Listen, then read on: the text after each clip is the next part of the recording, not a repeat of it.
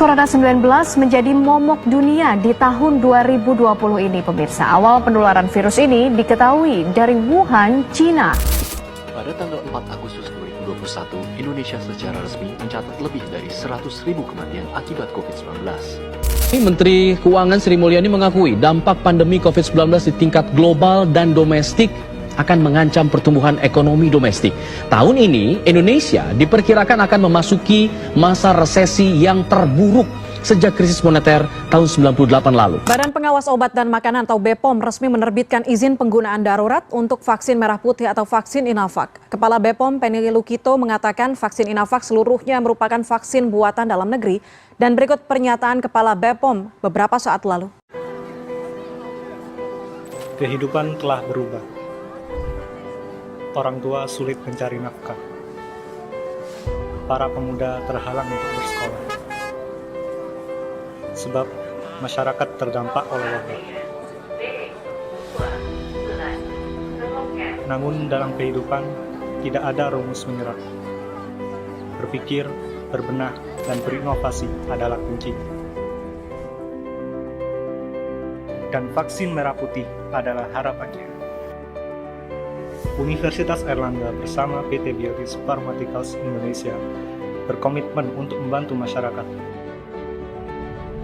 Vaksin merah putih dibekali platform Cold Genome Inactivated dan Isolate virus lokal Indonesia terkini, hingga didukung oleh RSUD Dr. Sutomo Surabaya, Badan Riset dan Inovasi Nasional, Kementerian Kesehatan Republik Indonesia, dan Badan Pengawas Obat dan Makanan RI.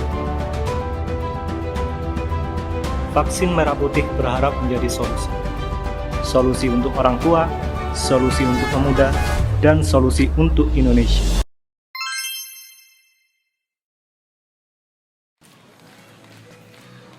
Vaksin merah putih merupakan inisiatif dari pemerintahan Indonesia untuk mengembangkan vaksin COVID-19 dengan meningkatkan kemandirian dan mengurangi impor vaksin dari luar negeri. Maka diharapkan kolaborasi ini dapat menjadi salah satu solusi untuk mengatasi pandemi COVID-19 dan menjadi kebanggaan nasional. Program ini bertujuan untuk mengurangi penularan COVID-19, menurunkan angka kematian, dan untuk mencapai sistem kekebalan di kelompok terhadap masyarakat.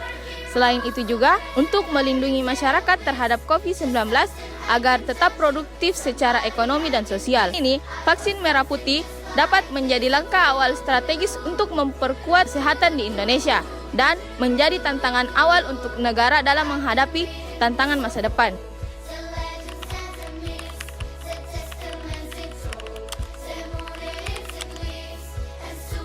Pengembangan dan produksi vaksin merah putih bukan hanya soal kesehatan, tetapi juga tentang memperkuat persatuan dan kemandirian nasional. Dengan semangat gotong royong, Indonesia dapat menunjukkan bahwa melalui kerjasama dan usaha yang besar, tantangan besar seperti pandemi dapat diatasi. Ini memperkuat rasa persatuan dan kebanggaan sebagai satu bangsa yang berdaulat dan mandiri.